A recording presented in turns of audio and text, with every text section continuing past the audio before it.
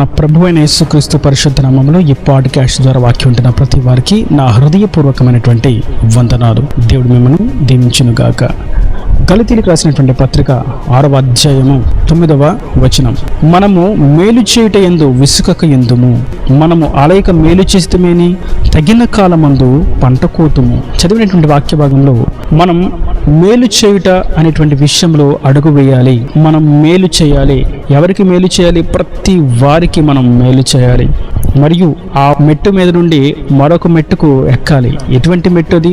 విసుకకుండా మేలు చేయుట. ఎన్నాళ్ళు వీళ్ళకి మనం మేలు చేయాలి, ఎన్నాళ్ళు వీళ్ళకి మనం సహాయం చేయాలి, ఎన్నాళ్ళు వీళ్ళకి మనం ఆలోచన చెప్పాలి, ఇంకా ఎన్నాళ్ళు వీరికి నడిపింపునివ్వాలి, ఇంకా ఎన్నాళ్ళు వీరికి బోధించాలి అని అనుకొనక విసుకక మనం వారికి మేలు చేయాలి. అది ఉపదేశించుటలే గాని, ప్రార్థించుటలే గాని, సహాయం చేయుటలే గాని, భోజనం పెట్టుటలే గాని, చేయందించుటలే గాని ప్రతి విషయంలో మనం మేలు చేయాలి మరియు విసుకకుండా మేలు చేయాలి.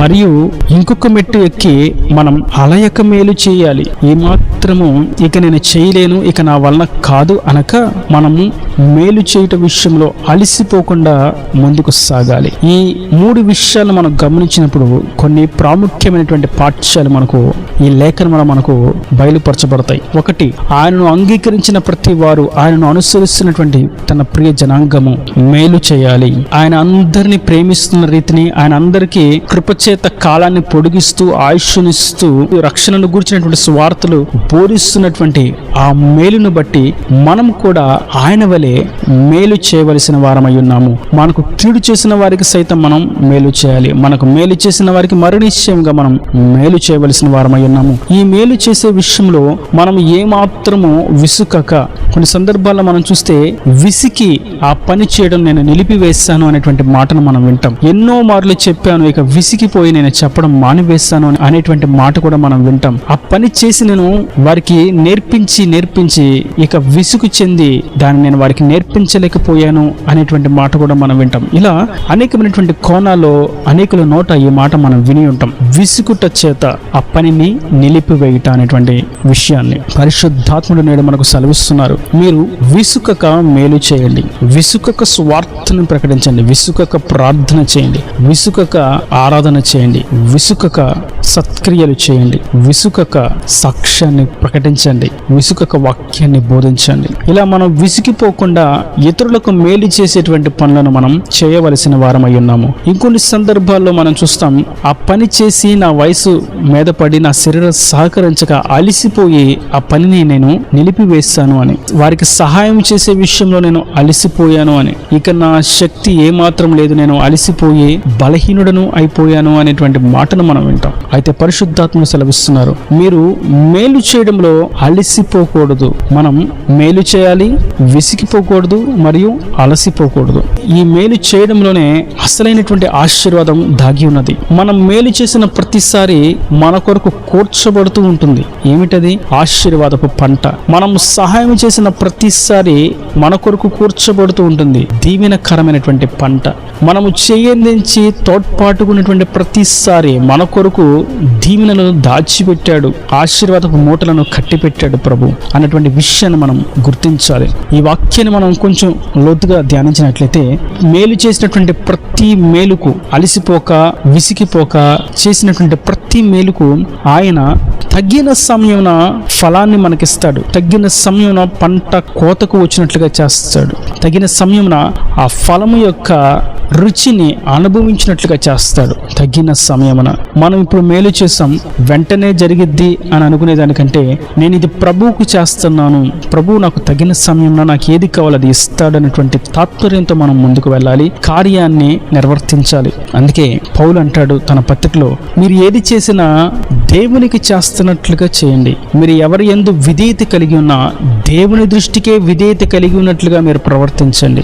మీరు ఎవరి దగ్గర పని చేస్తున్నా దేవుడికి చేస్తున్నాను, దేవుడు చూస్తున్నాడు అనేటువంటి ఆలోచనలతోనే మీరు పని చేయండి అని లేఖనాల్లో మనం చూస్తాం. దాని అర్థం ప్రభువు చూస్తే, ప్రభువు చేస్తే తగిన సమయమున మనకు ఆశీర్వాదం అందించబడుతుంది. ఈ విషయాన్ని మనం గుర్తించకపోతే మేలు చేయడం మర్చిపోతాం. అపవాది చేసేటువంటి పని అదే. ఆశీర్వాదము దాగి ఉన్నటువంటి విషయాలను వాడు మర్చిపోనట్లుగా చేస్తాడు. మేలు చేస్తే మీకు పంట కూర్చబడుతుంది అనేటువంటి మాట మర్చిపోనట్లుగా మరుగు చేస్తాడు. సమాధానంగా ఉన్న చోట ఆశీర్వాదము, శాశ్వత జీవం ఉంటుంది, క్షేమం ఉంటుంది అని చెప్తే ప్రభువు చెప్పినటువంటి ఆ శ్రేష్టమైనటువంటి మాటను మర్చిపోనట్లుగా, ఆ మాటను మరుగు చేయనట్లుగా వాడు చేస్తాడు. కాబట్టి నేటి వాక్యం ఏంటంటే నా ప్రియ సహోదరులారా, మనం ఆశీర్వాదపు పంటను అనుభవించాలంటే మనం మేలు చేత మాత్రమే పొందుకొనగలుగుతాం. ఇంకా ప్రభు సెలవిస్తారు, కీడు చేసిన వారికి మేలు చేయండి అని. కీడు చేత కీడును జయింపక మేలు చేత కీడును జయింపుము అని. కాబట్టి క్రైస్తవులంగా, క్రీస్తును అంగీకరించిన వారంగా, ఆయన సత్య మార్గంలో, జీవ మార్గంలో, పరలోకానికి వెళ్ళేటువంటి ఆత్మీయ యాత్రలో కొనసాగుతూ ఉండగా మనం మేలు చేయుట అనేటువంటి ఆత్మీయ విలువ కలిగిన వారంగా మనం జీవించాలి. లోకం వారికి సహాయం చేసే వారికి తిరిగి సహాయం చేయగలిగిన వారికి, వీరు మనకు ఉపయోగపడతారు అనుకున్న వారికి, లేదా వీరు మన రక్త సంబంధికులు అనుకున్న వారికి, వీరితో నాకు అవసరం ఉంది అనుకున్న వారికి మేలు చేస్తారు. కానీ మనమైతే ప్రతి వారికి మేలు చేయాలి.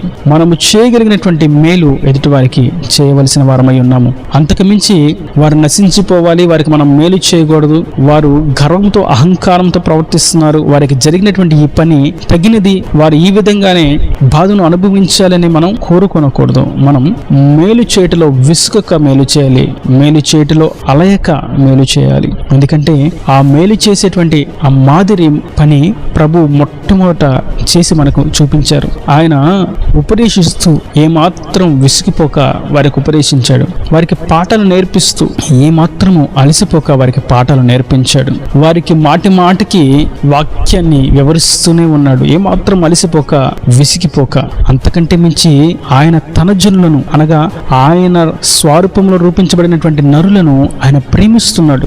ఎంత పాపము చేసినప్పటికీ, ఎంత ఆయనను దూషించినప్పటికీ, ఎంత తృణీకరించినప్పటికీ ఇంకా ఆయన కృప వర్షము, ఆయన యొక్క దయ నది, ఆయన యొక్క రక్త ప్రవాహం ఇంకా పారుతూనే ఉన్నది. కారణం ఆయన మేలు చేతిలో విసిగిపోవట్లేదు, మేలు చేతిలో అలసిపోవట్లేదు. మనలను రక్షించాలని, నశించిపోతున్న ఆత్మను ఆయన వైపుకు త్రిప్పబడాలని, పరలోక రాజ్యానికి చేర్చబడాలని, నరకము నుండి తప్పించబడాలని ఆయన కోరుకుంటూ ఆయన మేలు చేతిలో విసిగిపోక అలయక మేలు చేస్తూనే ఉన్నాడు. ఇంకా ప్రభు అంటారు, నశించిన దాన్ని వెతికి రక్షించడానికి నేను ఈ భూలోకానికి వచ్చాను. కీడు చేసేవాడిని నశింపు చేయడానికి నేను రాలేదు, నశించిపోతున్న వారిని ఇక తుడిచిపెట్టాలని నేను రాలేదు, నశించిపోతున్న వారిని, కీడు చేస్తున్న వారిని మేలు చేసి సత్యములకు ఆకర్షించాలని నేను వచ్చాను అంటున్నారు. ఇదంతా కూడా ఆయన చూపించినటువంటి మాదిరి జీవితం. మనం మేలు చేయటలో విసుకక ఉండాలని, అలయక ఉండాలని ప్రభు కోరుకుంటూ ఉన్నాడు.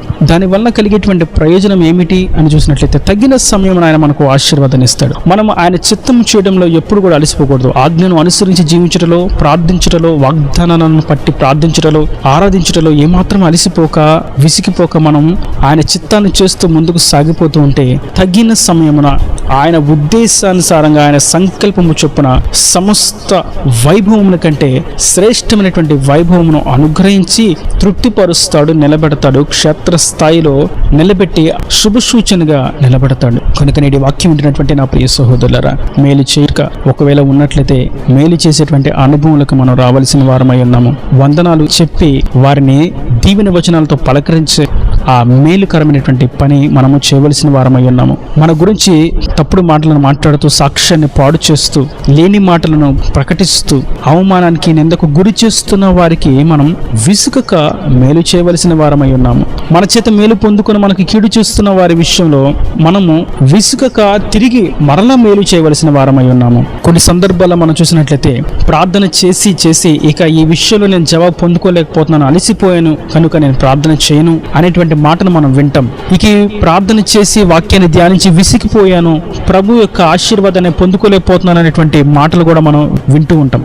అయితే వాక్యం సెలవిస్తుంది, విసుకక అలయక మేలు చేయండి, ప్రార్థన చేయండి, ఆరాధన చేయండి, వాక్యాన్ని ధ్యానించండి, సహవాసములు కూడి ఉండండి. అప్పుడు మీరు ఆశీర్వాదాన్ని పొందుకుంటారు, తగిన సమయం నా దీవెనను అనుభవిస్తారు అని ప్రభు సెలవిస్తున్నారు. కనుక అట్టి విధంగా మనం మేలు చేయట్లో విసుకక అలయక దేవుని చిత్తానుసారంగా, దేవుని మాదిరిగా మనం మనం కన్నులు ఎదుటి పెట్టుకొని మేలు చేస్తూ ముందుకు సాగిపోదాం గాక. ఈయన దేవుని మాటలు ప్రతి వారి హృదయంలో నీరుకట్టి ఫలింపు చేయను గాక. ఆమేన్. God bless you. కళ్ళను వంచి కన్నులు మూసినట్లయితే మీ కొరకు చిన్న ప్రార్థన. ప్రేమ స్వరూపి కరుణ కటాక్షం గల తండ్రి, నా ప్రభు వాక్యాన్ని ప్రతి వారిని మీరు నిండాలుగా దీవించండి, ఆశీర్వదించండి. మేలు చేయటంలో ఏమాత్రం విసిగిపోక అలయక మేలు చెడుకు కృప ఇచ్చేయండి. ఇంకా ప్రతి వారి కొరకు మీరు సిద్ధపరిచినటువంటి ఆశీర్వాదపు పంటను ఇచ్చి తృప్తిపరచండి. ఇంకా ప్రతి వారి అవసరం అక్కర్ను నీ మహిమలో తీర్చి వాక్యాన్ని బట్టి వారిని దీవించి ఉజ్జీవింపచేయమని, నీ రాజ్యానికి ప్రతి వారిని సిద్ధపరచమని మమ్మల్ని అందరినీ చేతి సమర్పించుకుంటూ యేసు పరిశుద్ధ నామమున ప్రార్థించి వేడుకుంటున్నాను తండ్రి. ఆమేన్. ఆమేన్.